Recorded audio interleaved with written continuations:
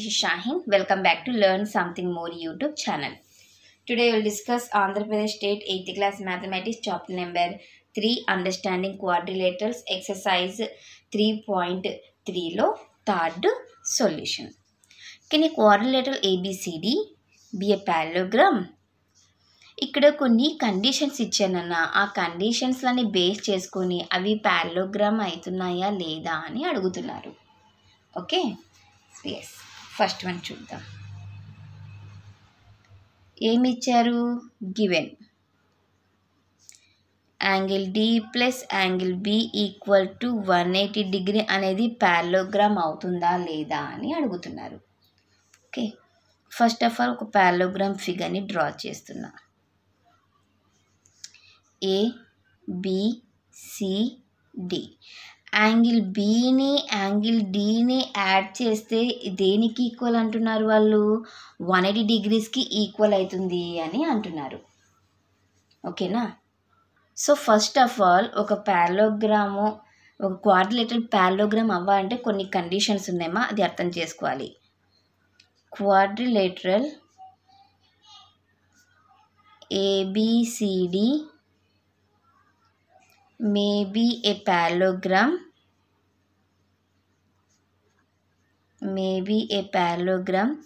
if following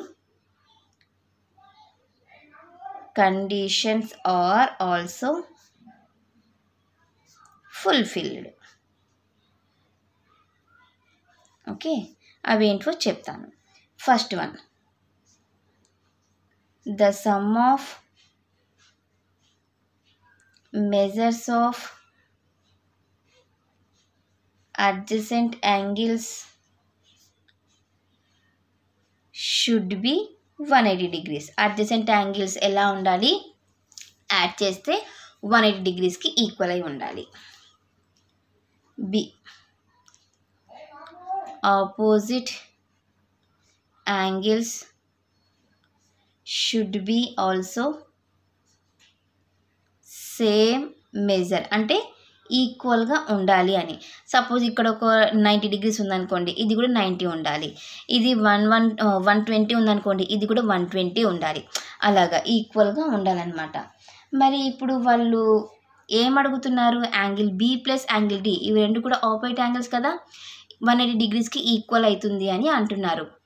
కావచ్చు, కానీ parallelogram అయితే కాదు.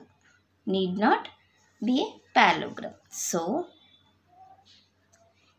ABCD can be, ఉండొచ్చు, but need not be a parallelogram. Okay,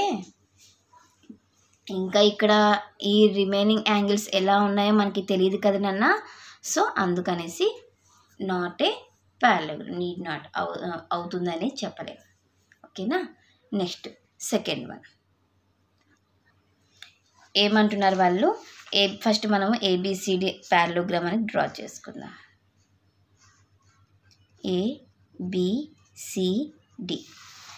ABCD parallelogram. AB given, AB equal to DC equal to 8 centimetre. AB 8 centimetre ఉంది, DC 8 centimetre ఉంది. AD ఎంత అన్నారు? 4 centimetre. AD 4 centimetre అన్నారు. BC 4.4 centimetre. 4.4 సెంటీమీటర్. ఇది చూడగానే మీకు అర్థమైపోయింది. మన ప్యారలోగ్రామ్ కండిషన్ ఏమమ్మా? ఆపోజిట్ సైడ్స్ ఎలా ఉండాలి? ఈక్వల్గా ఉండాలి. సో ABCD అనేటివి ఈక్వల్గా ఉన్నాయి, కానీ AD BC అనేటివి ఉన్నాయా? లేదు. AB ఈక్వల్ టు DC అయ్యింది, కానీ AD is not equal to BC, కాబట్టి ప్యారలోగ్రామ్ అవ్వదు. ఓకే, in a parallelogram, లేదా from the figure, parallelogram opposite sides are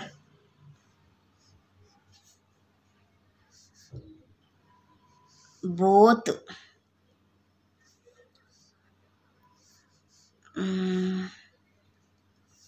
sides of AB and DC are equal, but AD and BC are not equal. So ABCD is not a parallelogram. అర్థమైందా ఇప్పుడు? Yes. Third one, angle A equal to 70 degree అన్నారు, angle C equal to 65 degree అన్నారు. Given angle A equal to 70 degree, angle C equal to 65 degree. ఇది అవుతుందో లేదో చూద్దాం. ABCD ఇది 70 degree అంటనన్నా, ఇది 65 డిగ్రీ అంట. మన పారలోగ్రామ్ డెఫినేషన్ ఏమి? ఆపోజిట్ యాంగిల్స్ కూడా ఈక్వల్ అయి ఉంటేనే అది పారలోగ్రామ్ అవుతుంది అని కదా. మరి ఇక్కడ ఈక్వల్గా లేవు. ఓకే, హియర్ లేదా from the figure angle A is not equal to angle C. Okay, by the definition of parallelogram,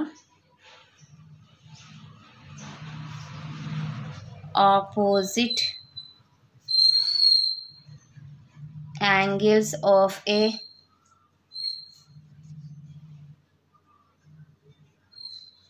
parallelogram are not equal.